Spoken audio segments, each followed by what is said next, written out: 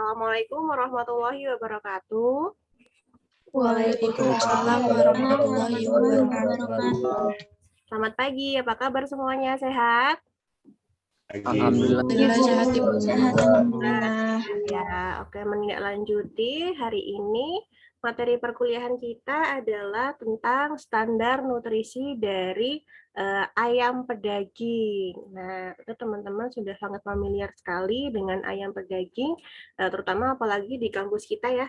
Ada kandang close house dan Ibu perhatikan juga beberapa sudah magang di kandang close house. Nah, di sini Ibu ingin bertanya, siapa yang sudah pernah magang di kandang close house? Siapa yang udah pernah magang di kandang? Siapa yang udah pernah? NTP? Udah ada yang pernah magang di kandang close house kita? Atau ada yang punya peternakan ayam atau pernah berkunjung ke peternakan ayam? Ayam broiler? Sudah pernah? Saya, Bu. Siapa? Bayu. Ya, gimana Bayu? Boleh cerita terkait pengalamannya di bidang ayam pedaging?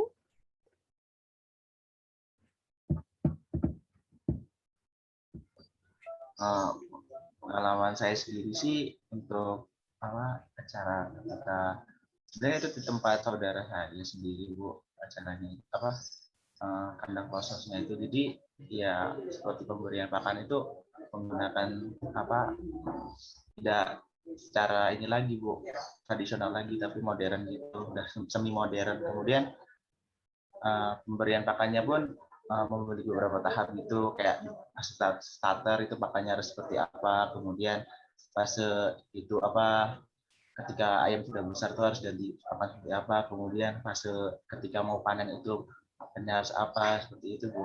Kemudian kayak pemeliharaannya kayak gimana dan lain sebagainya itu kita dipelajari di situ, Bu. Gitu sih, Bu. Oke, jadi Bayu menceritakan pengalamannya terkait ikut memelihara ayam broiler di kandang close house dengan keluarganya ya.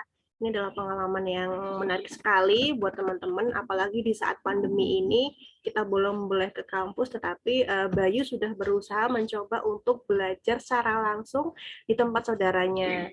Nah, terkait pakan di ayam broiler itu memang berbeda-beda dari setiap fasenya. Ada yang namanya fase starter, ada yang namanya fase grower, ada juga yang namanya fase finisher. Ibu mau tanya ke Siti Nina Sri Utami. Siti Nina. Halo Nina. Halo Ibu. Sehat Mbak? Sehat. Oke, Ibu mau tanya kira-kira fase starter itu diberikan kapan sih untuk pakan ayam broiler? Kira-kira Fase starter buku aku mana? fase starter untuk pakan ayam fase starter. Starter itu artinya apa? Fase awal. Awal. Kira-kira diberikan sampai dengan umur 8 sampai 21 hari. 8 sampai dengan 21 hari. Ada yang berpendapat lain? Silahkan. Ada yang berpendapat lain? Diperkenankan terkait fase starter. Starter itu artinya pemula. Dari ayam awal sampai umur 14 hari, Bu. Umur 14 hari. Oke, awal menanggapi. Ada satu lagi yang mau menanggapi, silahkan. Starter. Dari umur 1 minggu sampai 4 minggu, Ibu. 1 minggu sampai dengan 4 minggu. Oke. Terkait penamaan ini memang berbeda-beda ya. Di SNI itu ada beberapa fase, ada pre-starter, ada starter, dan ada fase finisher.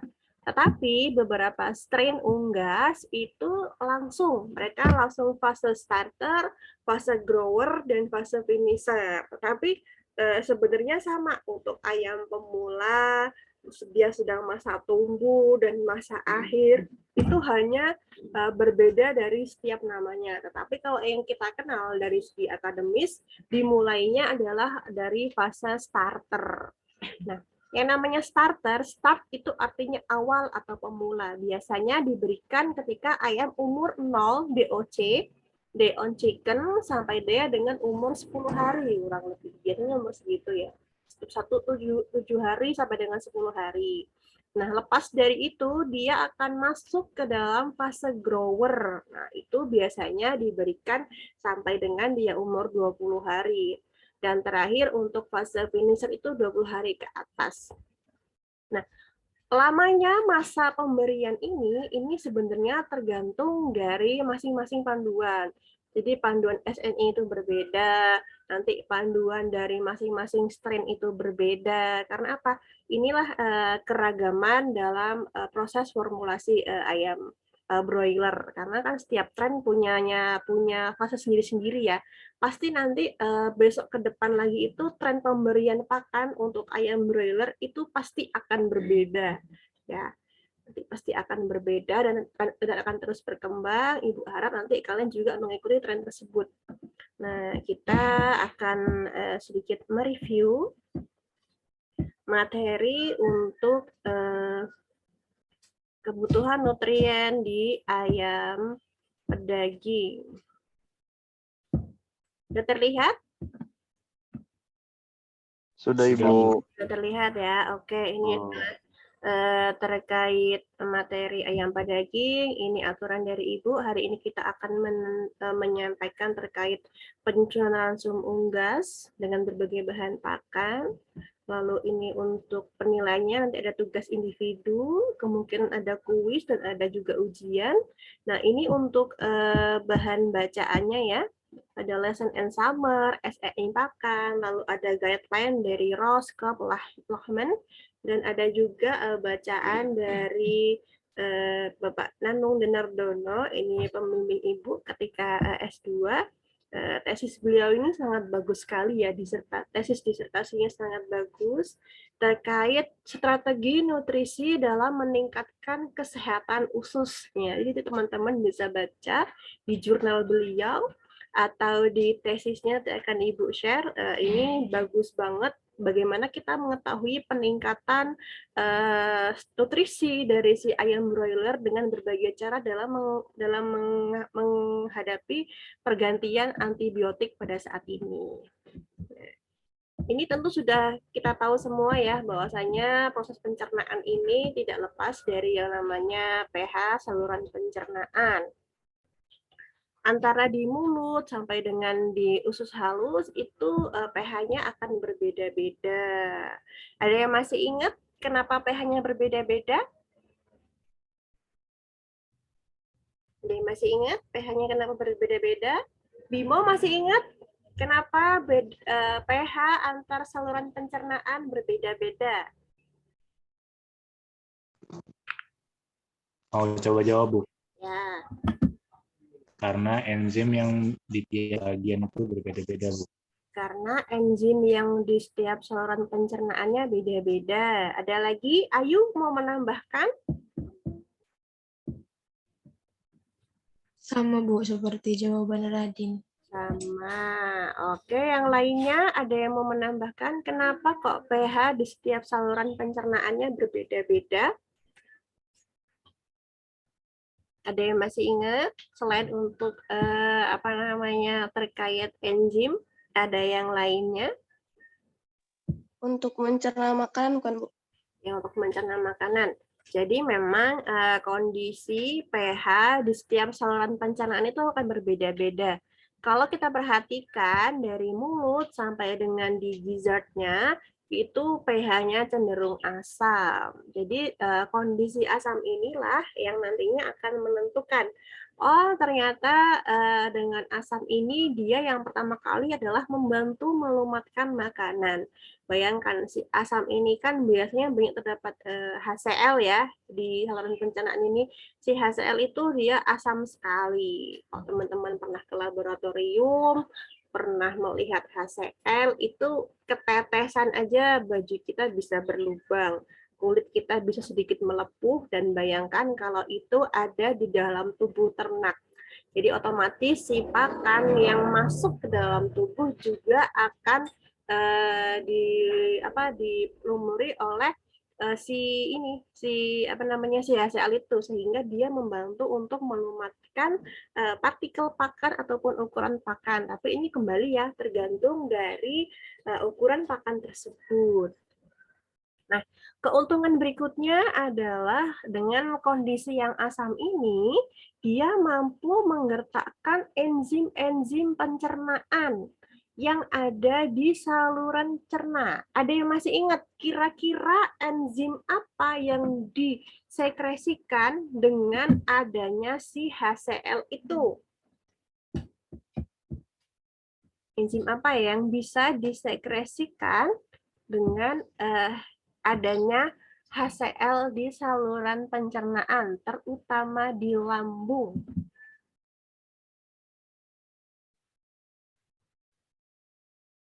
Ayo, apa? Izin menjawab, Bu. NaCl bukan, Bu? NaCl, bukan HCl, asam klorida. Kalau NaCl itu natrium klorida.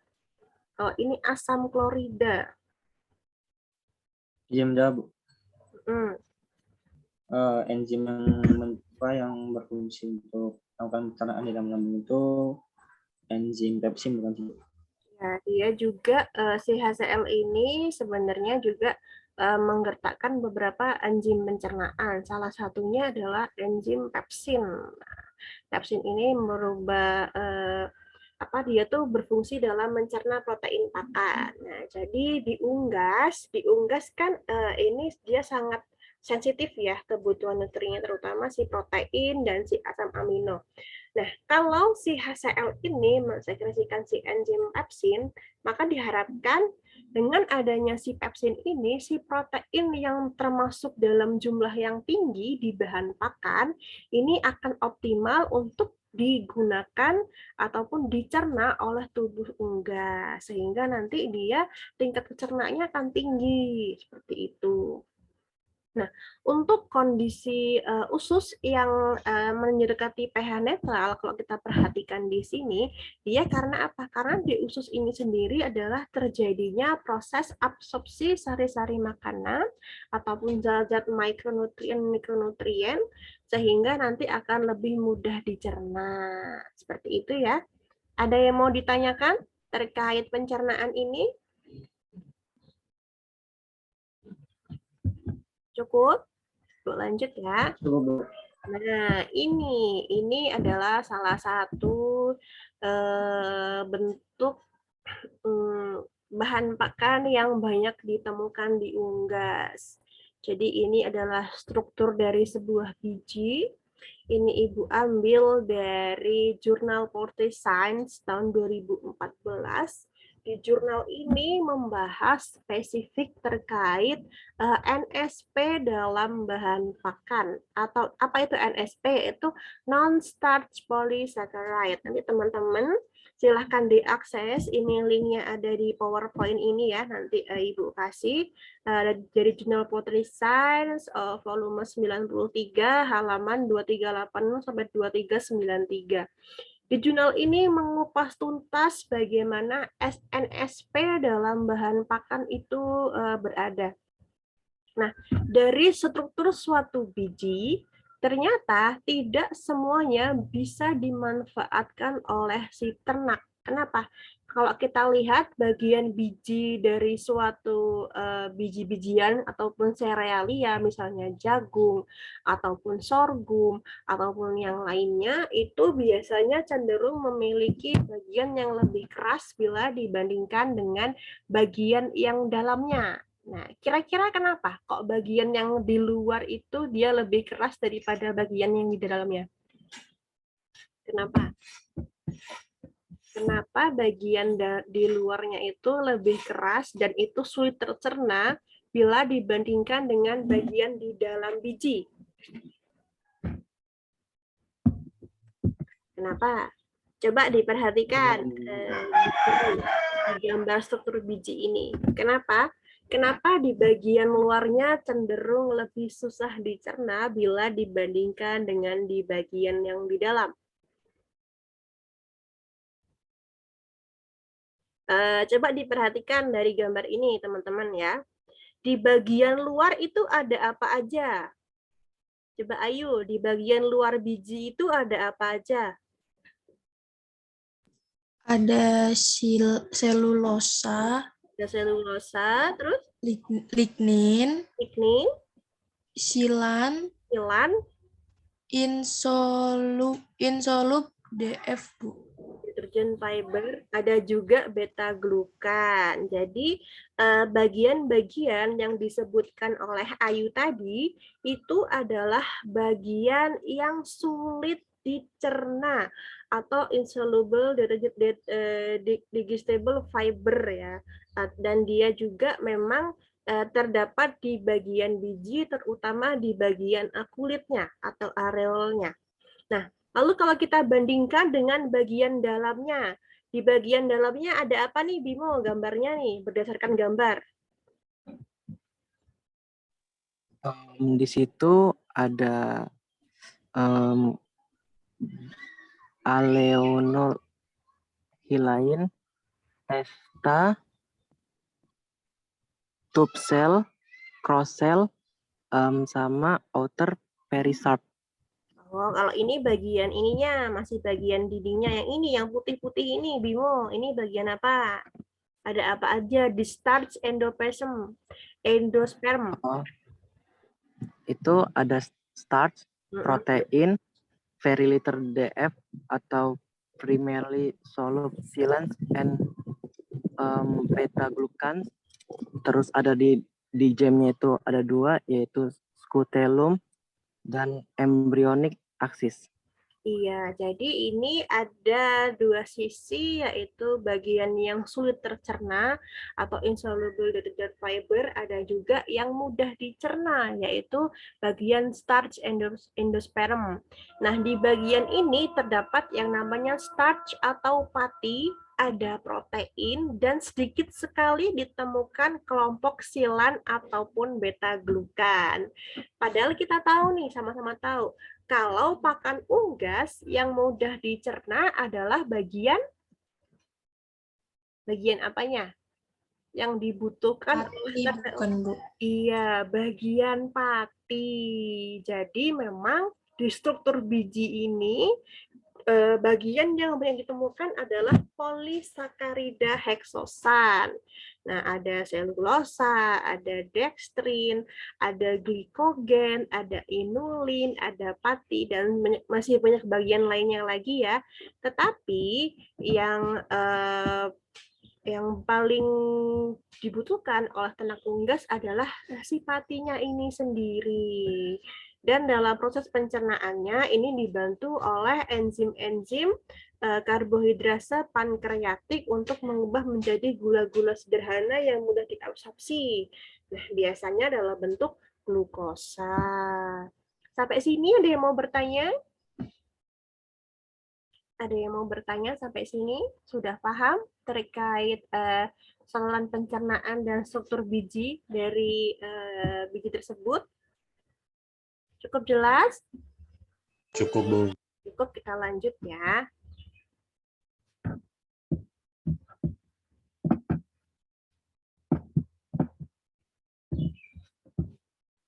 Nah, ini ada yang namanya SNI pakan. Tadi Bayu sudah cerita, ternyata berdasarkan pengalaman dia, ada ayam yang fase pakan di ayam ketika dia sedang tumbuh, dan di akhir itu berbeda-beda. Kenapa? Karena memang sudah ada aturan terkait SNI pakan ini. Jadi pemerintah melalui Kementerian Pertanian dan Badan Standarisasi Nasional Indonesia sudah menetapkan standar nasional nomor 8173. Ini ada 3 nomor 1, nomor 2, dan nomor 3 tahun 2015 terkait pakan ayam ras pedaging. Jadi kalau dari SNI ini ada 3 bagian. Bagian 1 atau bagian pre-starter, lalu ada bagian 2 pada fase awal atau fase starter, Dan bagian ketiga atau pada masa finisher, pada masa akhir. Nah, di sini kita akan melihat terlebih dahulu bagian dari ini masing-masing. Sudah terlihat untuk tabelnya ini? Sudah terlihat untuk SNI? Mungkin Bu. Sudah? Belum? Baru belum Ibu. Oh, coba Ibu stop share dulu ya, Ibu. Langsung share ke ininya aja ya. Langsung share ke SNI-nya aja ya. Nah, sudah terlihat? Sudah Bu. Sudah, Ibu. Sudah, oke. Ini SNI 8173 nomor 1 tahun 2015 terkait pakan ayam ras pedaging atau ayam broiler bagian 1, yaitu sebelum masa awal atau masa pre-starter.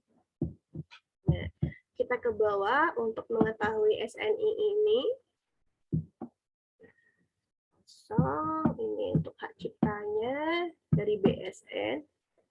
Daftar isinya ini bisa dibaca sendiri ya, sudah Ibu kirimkan kumpulan SNI-nya. Ini prakatanya, nanti bisa dibaca lebih lanjut. Kita langsung ke bagian ini, ruang lingkup. Ruang lingkupnya terdiri dari acuan normatif, istilah, definisi, klasifikasi, persyaratan mutu, pengambilan contoh dan analisis, serta penandaan dan pengemasan. Jadi memang dari SNI ini sudah ada pedomannya, apa yang menjadi acuannya, istilah dan definisi dalam istilah perpakanan ini, klasifikasi, persyaratan mutu, pengambilan contoh dan analisis, serta cara penandaan dan pengemasan. Jadi setiap industri walaupun mereka sudah punya acuan untuk mutu dari setiap pakan dari masing-masing strain, juga harus mengikuti aturan dari SNI ini untuk beberapa hal. Seperti apa? Seperti persyaratan mutunya, pengambilan contoh dan analisis, serta penandaan dan pengemasan dari masing-masing bahan pakan. Tentu masing-masing pakan yang diproduksi oleh perusahaan itu ada proses pengemasannya, dan itu juga ada standarnya dan harus mengikuti standarnya dari SNI ini. Mari kita lihat ke bawah lagi. Nah, ini adalah nomor 2 terkait acuan normatif dari si SNI ini. SNI ini tidak serta-merta dibuat tanpa ada acuan. Jadi SNI ini juga dibuat berdasarkan beberapa acuan. Yang pertama adalah SNI 190428 terkait petunjuk pengambilan contoh padatan. Ini kaitannya dengan bahan pakan dan juga pakan sudah jadi nanti. SNI 012891 terkait cara uji makanan dan minuman. Ada AOAC tentang Official Method Chapter for Animal Feed. Lalu juga ada AOAC tentang Official Method Chapter 49 tentang natural toxin. Jadi ini memang ada panduan secara menyeluruh di dunia ini terkait bagaimana proses proksimat dari suatu bahan pakan, bagaimana cara menguji toksin ini, mereka sudah mengacu pada AOAC. Dan juga mengacu pada Kejener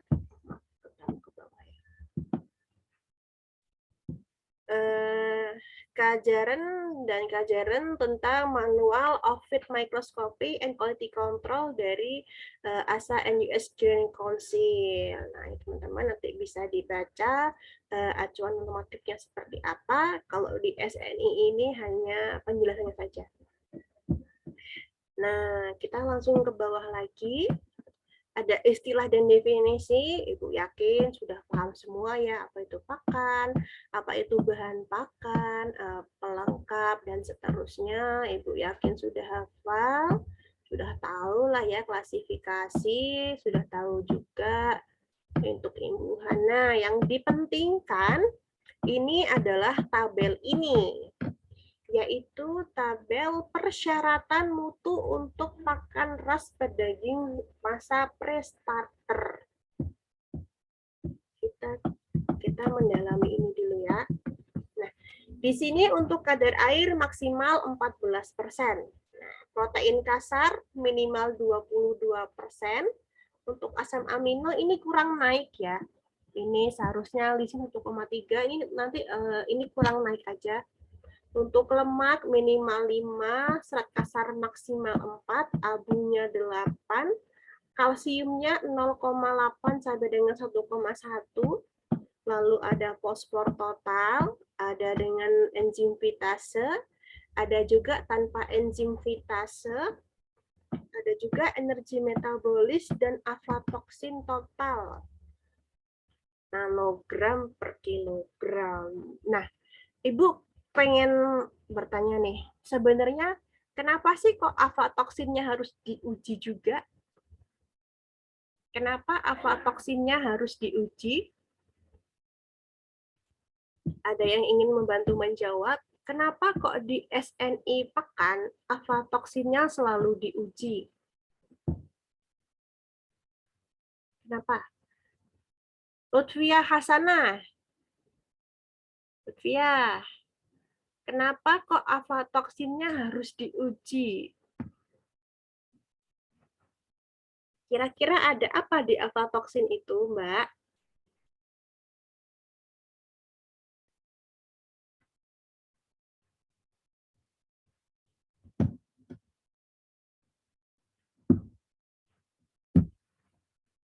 Kenapa Lutfia? Belum, masih di mute Mbak suaranya.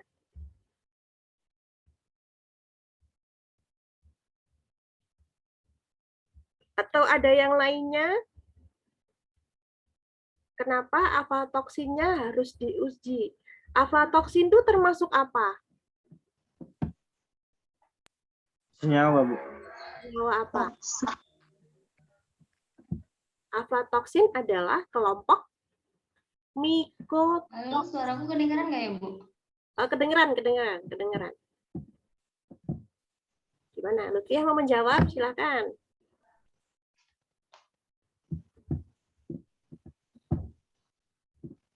Gimana sih?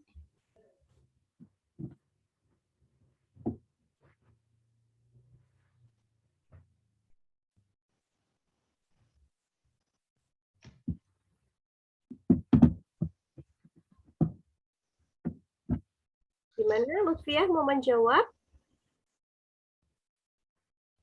Atau Ayu mau membantu menjawab? Aflatoksin adalah salah satu kelompok dari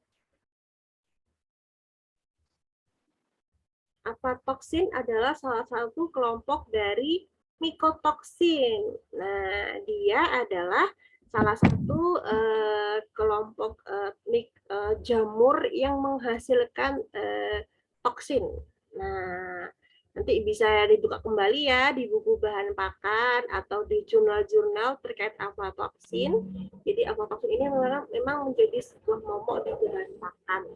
Nah, kenapa kok di sini aflatoksinnya harus dihitung?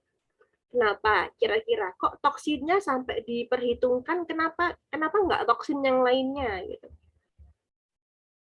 Ada yang mau membantu menjawab? Kenapa kok misalnya di di SBM itu kan ada antitripsin, kenapa kok nggak antitripsinnya yang dihitung, atau kenapa kok tidak seperti tanin ataupun saponin yang dihitung, kenapa hanya si aflatoksin yang dihitung di bahan pakan ini?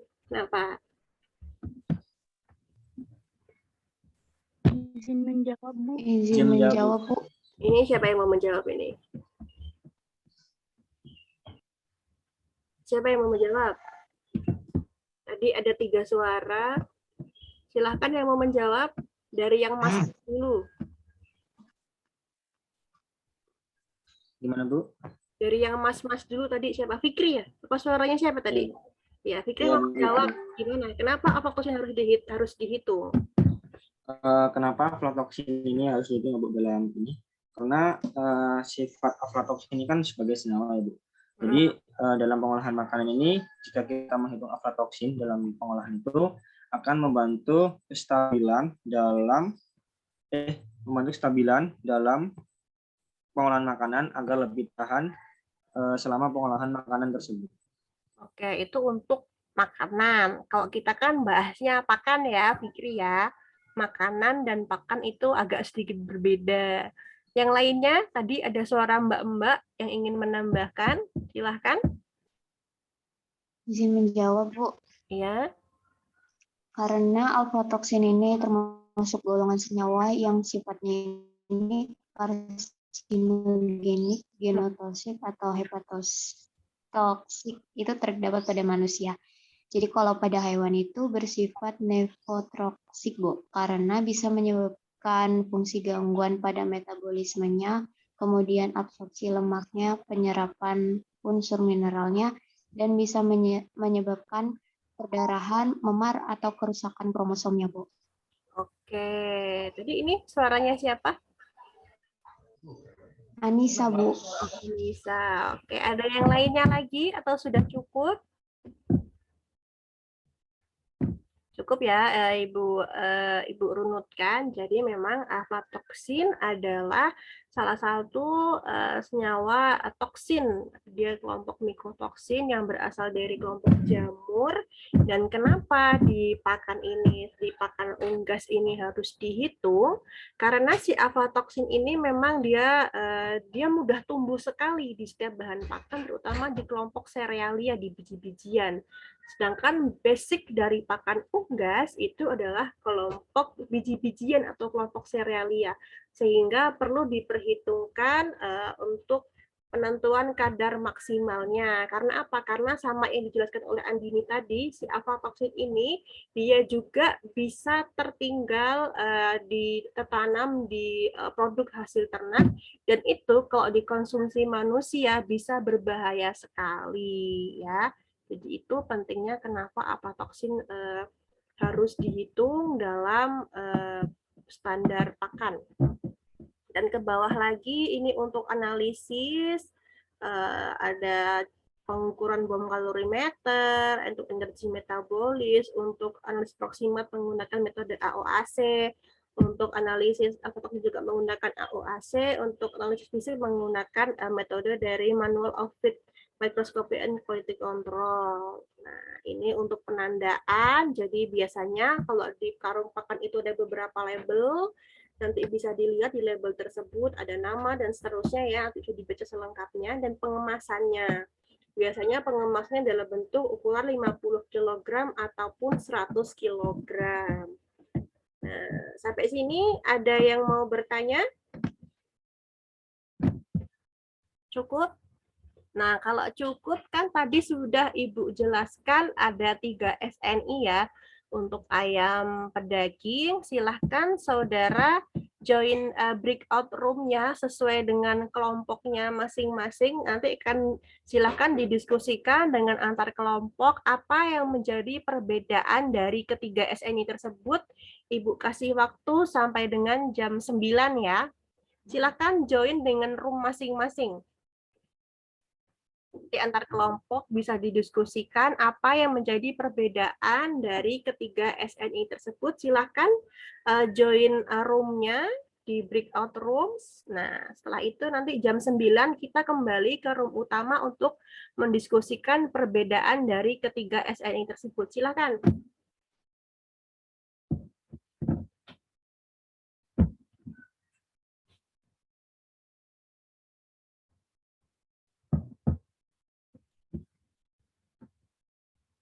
Silakan join breakout room-nya.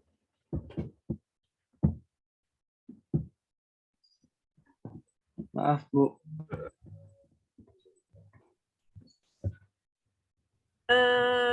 Maaf, Bu. Harus Breakout-nya manual belum. ya. Udah Ibu Ini ya, Bu, sudah.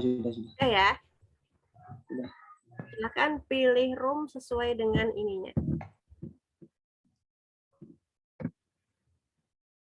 Room 1 belum ada yang join.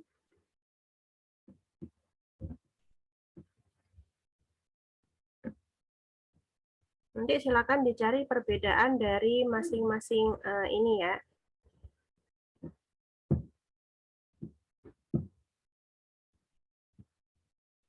Bantu Ibu membantu untuk mendiskusikan di kelompok 3 ini ya. Ada Fikri, ada Nanda, Rifki, dan juga Andini. Nah, dan Karyanti. Di sini tadi Ibu memberikan tugas terkait perbedaan dari ketiga SNI pakan tersebut. Kira-kira teman-teman apa yang membedakan dari ketiga SNI tersebut? Kira-kira bagian apanya? Ini sih Bu, untuk masa starter, grower, dan finisher itu yang membedakan itu seperti di asam aminonya ya, seperti lisin, terus triptofan, methionine, quercetin, dan methioninnya juga itu di dalam kandungannya juga berbeda.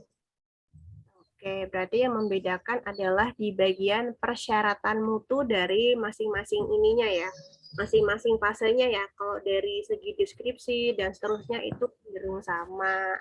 Nanda mau menambahkan terkait perbedaannya dari ketiga fase tersebut? Sambil dilihat ya kumpulan SNI yang Ibu kirimkan kemarin, mungkin Fikri bisa share screen biar teman-temannya pada tahu. Yang SNI Bu? Ya, yang kumpulan SNI. Oke, benar Bu.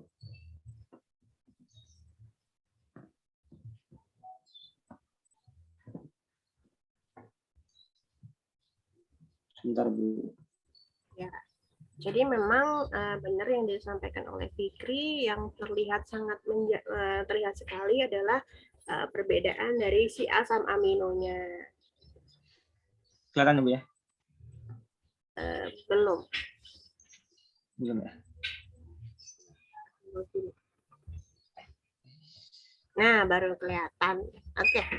Ini kalau kita perhatikan di sini untuk ayam pedaging, oke.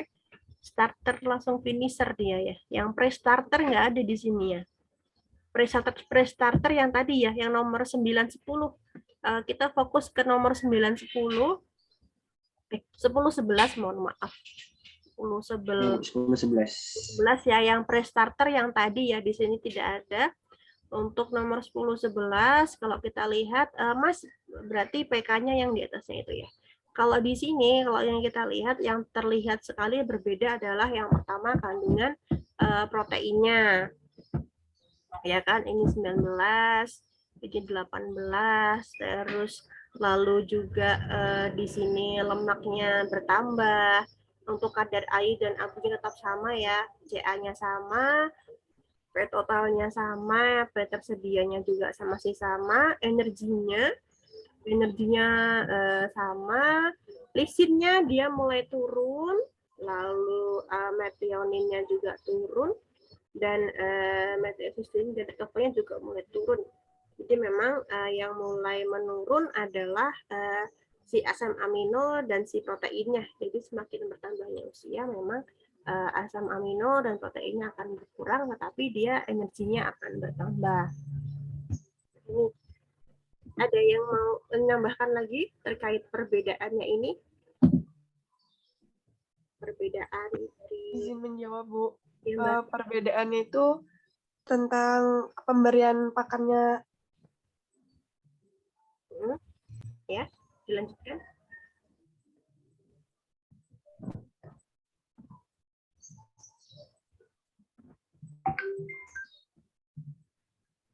Terkait pemberian pakannya gimana, Mbak?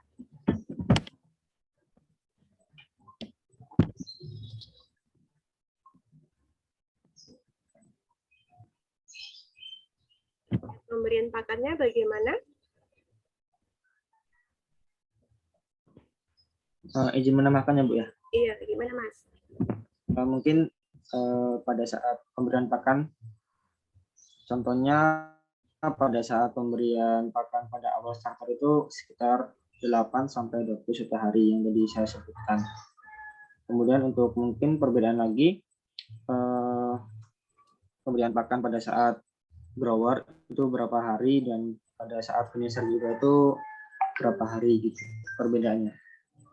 Mungkin Oke, bisa menambahkan jumlah harinya di di sininya nggak ada ya di persyaratan di kumpulannya ya. Oke, jadi Ibu catat di sini yang berbeda adalah dua hal. Yang pertama adalah umur dan yang kedua adalah persyaratan mutunya itu untuk garis umumnya ya. Oke, udah jam 9 kita kembali ke room utama untuk menjelaskan perbedaan dari ketiganya. Silakan kembali ke room utama.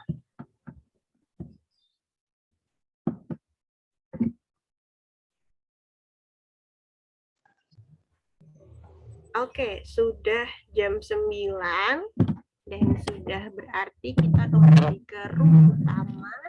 Tadi Ibu membantu diskusi ke kelompok 3. Jadi kelompok 3 itu sepakat ada 2 poin utama yang berbeda. Yang pertama adalah terkait umur atau fase pemberian. Nah, di fase pre-starter, tadi umur berapa sampai umur berapa, Mas? Pre-starter? 0 sampai dengan pre-starter 8 hari, Bu. 8 hari. Lalu fase starter 8 sampai dengan 21 hari. 21 hari. Dan untuk fase finisher umur 21 hari, Bu. sampai dengan Lebih. panen. Jadi ini adalah perbedaan dari masing-masing umur ataupun dari setiap fasenya ya untuk SNI, di garis bawah ya untuk SNI.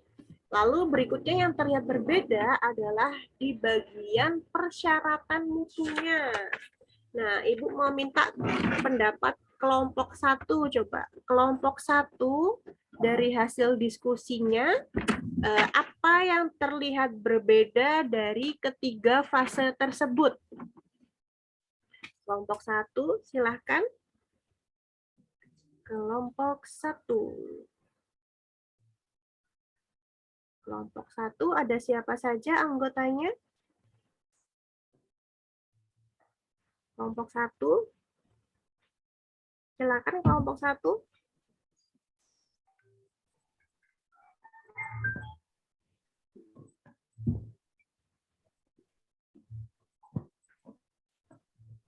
Kelompok 1. Kelompok 1 ada siapa ini? Ada Akbar. Terus silakan atau kelompok lain yang ingin menambahkan dipersilahkan. Ayu mau menambahkan, Ayu? Dea Adelia ada? Izin menjawab, Bu. Ayu kelompok Jadi berapa? Kelompok 2 ya? ya, Bu. Ini kelompok 2. Silakan Ayu. Jadi di antara 3 fase itu, di persyaratan mutunya yang paling berbeda itu di kadar protein kasar, Bu. Di mana dari fase pre-starter ke fase starter itu menurun, lalu ke fase akhir atau finisher itu juga menurun, Bu. Oke, ada yang mau menambahkan lainnya? Selain proteinnya yang berbeda, apalagi?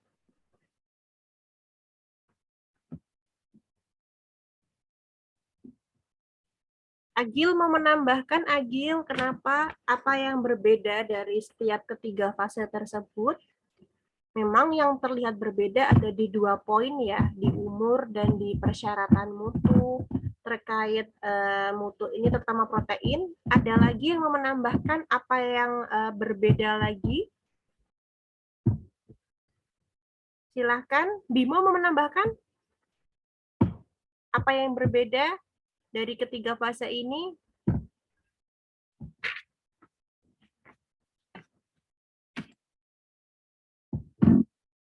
Cukup, Bu.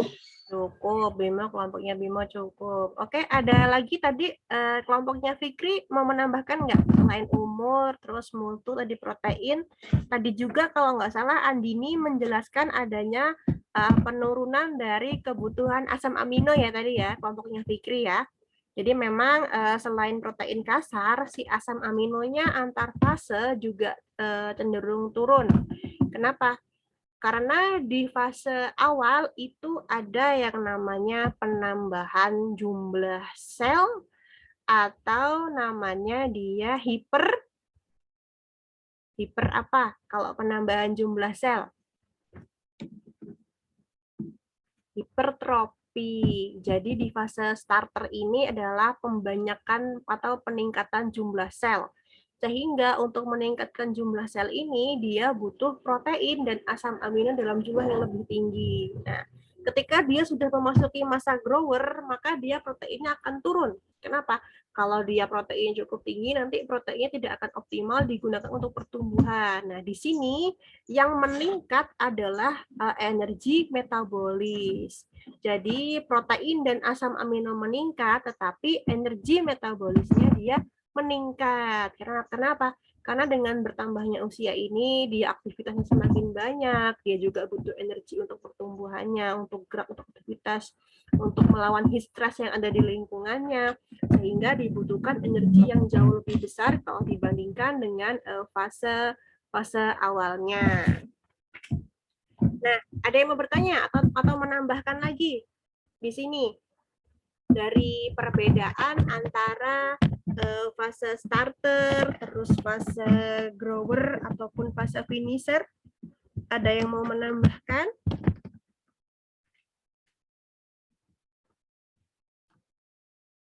Silakan kalau yang mau menambahkan atau ada yang ingin bertanya, Bu, kenapa kok proteinnya berkurang? Kenapa asam aminonya berkurang? Kenapa?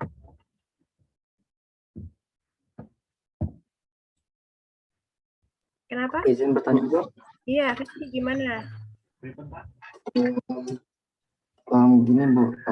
Kenapa pada masa pre-starter protein kasar lebih besar untuk kandungan pakan tersebut, dan pada ayam kebutuhan protein kasar yang waktu pre-starter tuh kenapa dia lebih dari kisaran 20-22%, Bu? Gitu, Bu. Terima kasih. Bimo bertanya terkait kebutuhan protein. Jadi fungsi dari protein pada dasarnya adalah untuk pertumbuhan.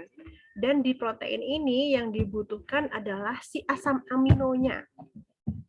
Jadi si asam amino ini dibutuhkan oleh tubuh, dan kalau untuk di ternak unggas, di ayam broiler, ini sebenarnya lebih spesifik ke kecernaan asam aminonya ya, atau digestible amino acid-nya, DAA, bukan lagi di asam aminonya, tetapi kecernaan dari asam amino itu yang fungsinya itu untuk pertumbuhan.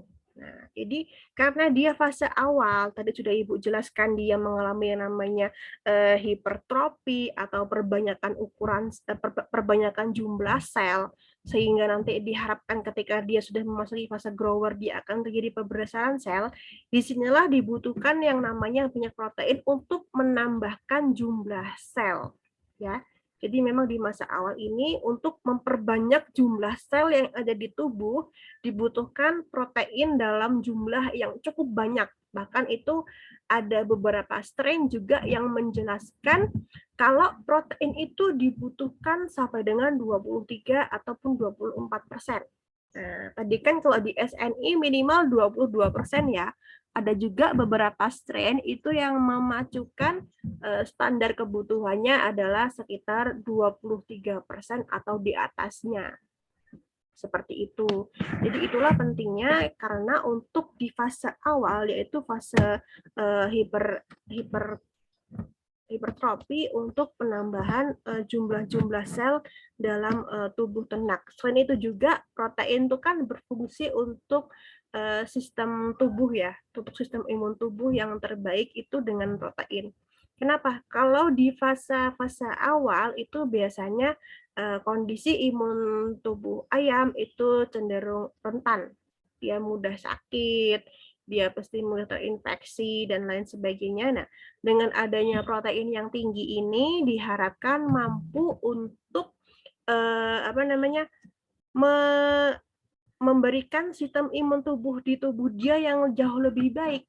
Nah, begitu. Sehingga nanti diharapkan dengan imun yang baik ini akan terjadi proses pertumbuhan yang baik, karena kalau di fase awalnya gagal, dia ke depannya akan sulit untuk tumbuh. Jadi yang memang yang terpenting itu adalah di fase awal, dipondasikan, pokoknya fase starter ini dia harus bagus. Bagus pertumbuhannya, bagus imunnya, sehingga kalau dia fase starter ini sudah aman, sudah melewati fase starter, nanti dia di fase grower ataupun di fase finisher, dia tinggal memperbesar. Karena apa? Genetiknya itu akan optimal di situ. Kondisi lingkungan yang bagus, terus pakannya yang bagus, sehingga potensinya itu akan benar-benar muncul. Ya, inilah perbedaan untuk ayam broiler. Ayam broiler ini akan tumbuh, genetiknya akan terlihat optimal apabila didukung oleh kondisi lingkungan yang baik, terutama si pakannya. Makanya kita sebagai anak nutrisi itu harus bisa yang namanya menentukan pakan yang baik, harus sesuai dengan SNI, harus juga paham, misal, oh jagung itu pemberiannya biasanya 60% maksimal atau 70%, untuk SPM itu maksimal berapa, dan kita juga harus mengetahui aflatoksinnya berapa, enzim fitasenya berapa. Nah, inilah pentingnya beberapa komponen yang dia akan mendukung untuk pertumbuhan si ayam broiler tersebut. Bagaimana Bimo? Baik, Bu. Berarti di sini bisa disimpulkan bahwa kalau asam amino itu protein kasar ini untuk memacu pertumbuhan sel untuk asam amino lebih banyak mencerna dari pakan tersebut ya, Bu ya? Iya, jadi memang yang dicari itu adalah kecernaan dari si asam aminonya itu. Dia lebih spesifik ke situ. Kalau protein kan yang dihitung adalah nitrogen ya. Nitrogen, persentase nitrogen nanti baru dikalikan dengan angka faktornya. Nah, itu sebenarnya yang dihitung adalah nitrogen. Sedangkan pada dasarnya yang dibutuhkan oleh ternak itu adalah si asam aminonya. Jadi memang spesifik, pasti asam amino itu akan beriringan dengan si protein kasarnya. Ada lagi yang mau bertanya? Silahkan. Oke, Ibu di sini akan memberikan tugas ke teman-teman semua ya. Ini tugas yang kemarin terkait pemilihan bahan pakan dan kandungan nutriennya. Ini masih ada beberapa yang kosong. Beberapa yang kosong ini nanti silahkan dilengkapi. Jangan ada yang namanya TAD. TAD itu adalah tidak ada data. Silahkan saudara cari berapa nilai dari komponen ini. Nah, selanjutnya juga di channel YouTube-nya Ibu, ya masih loading sebentar ya. Di channel YouTube-nya Ibu itu sudah ada materi terkait pemenuhan kebutuhan nutrien dari masing-masing strain. Bentar ya, ini sinyalnya masih berproses. Belum.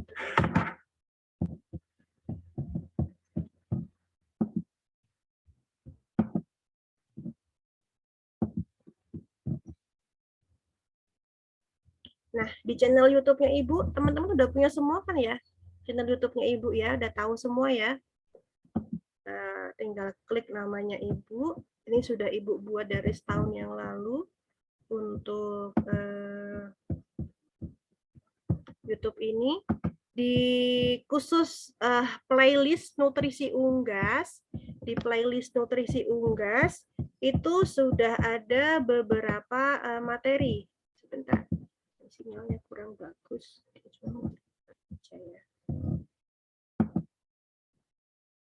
Nah, di playlist nutrisi unggas ini ada beberapa materi, yaitu nutrient requirements untuk COP 500. Bentar ya, sinyalnya kurang bagus ini.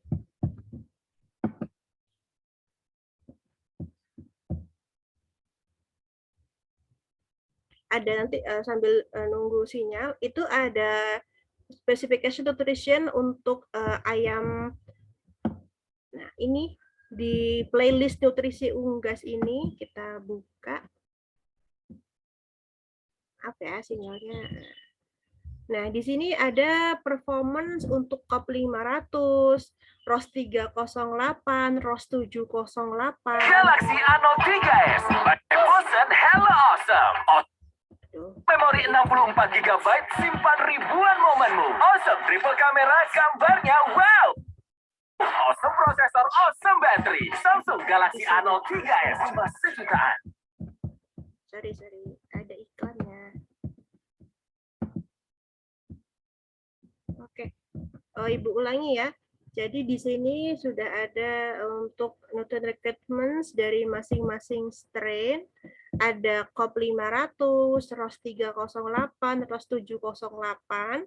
Di sini juga Ibu sudah menjelaskan bagaimana proses formulasi ransum dengan menggunakan aplikasi. Di sini ada yang namanya WUFDA, Windows User Friendly for Fit Formulation. Ini untuk pertemuan berikutnya ya. Jadi nanti silakan buka di channel, dipelajari, dan coba dibandingkan antara Newton requirements antara SNI dengan kebutuhan dari COP 500 ataupun ROS 308. Ini ada perbedaan, silakan dilihat-lihat perbedaannya apa, nanti silakan dikerjakan. Tugas bisa dikumpulkan di Google Classroom ya. Sampai sini ada yang mau ditanyakan terkait materi SNI pakan ataupun terkait dari standar nutrien dari masing-masing strain?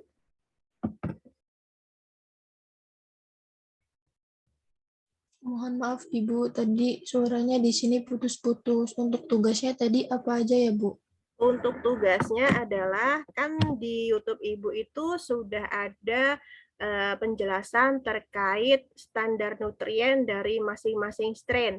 Ada ROS 308, ROS 708, ada COP 500. Nah, nanti silahkan dikomparasikan atau dibandingkan antar strain itu dengan SNI.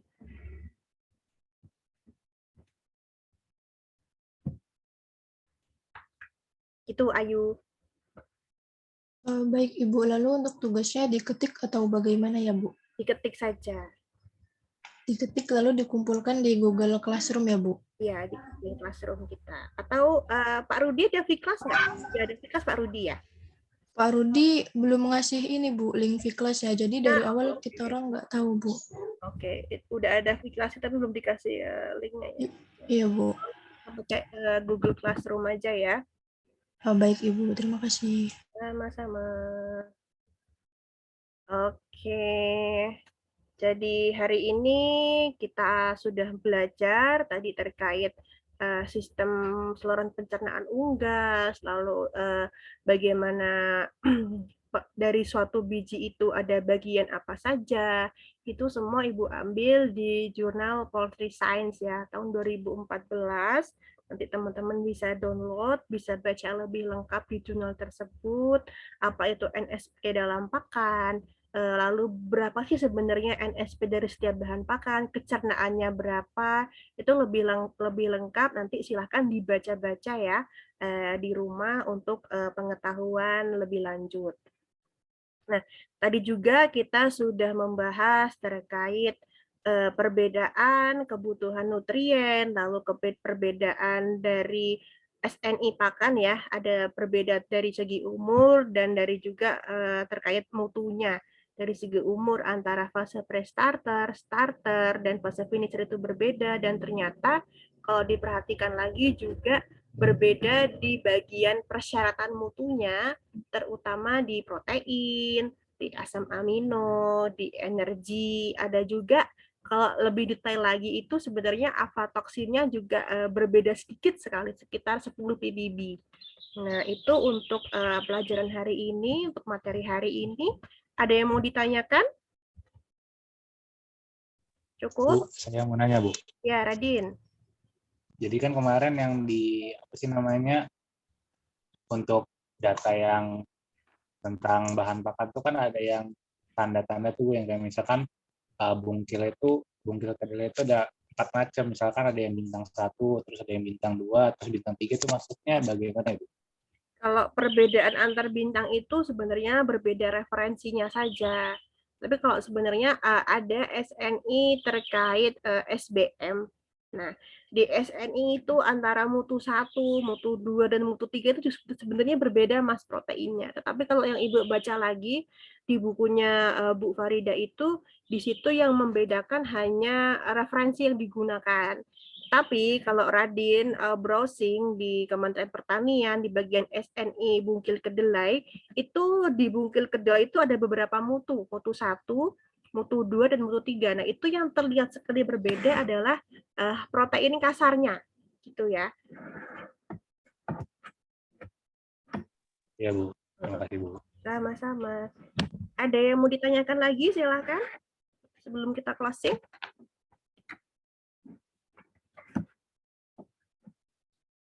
Ada yang mau ditanyakan? Cukup jelas ya untuk materi hari ini ya. Selanjutnya untuk minggu depan kita diskusi untuk membahas perbedaan dari SNI dan masing-masing strain. Juga kita akan memulai memformulasikan ransum. Jadi nanti dimohon untuk segera melengkapi, kalau ada data di kebutuhan tadi yang masih kurang, silahkan dilengkapi di Google Sheet-nya, supaya nanti ketika formulasi kita akan mudah dalam menentukan masing-masing spesifikasi nutriennya. Nah, kalau tidak ada pertanyaan lagi, Ibu cukupkan sekian. Semoga ilmunya berkah manfaat. Semoga semuanya sehat selalu ya.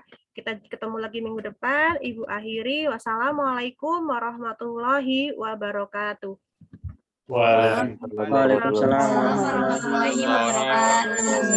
Terima kasih semuanya. Sehat-sehat ya. Oke, ini Bu. Sehat kembali, Bu.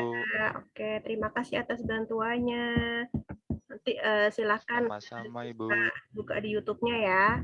Terima kasih.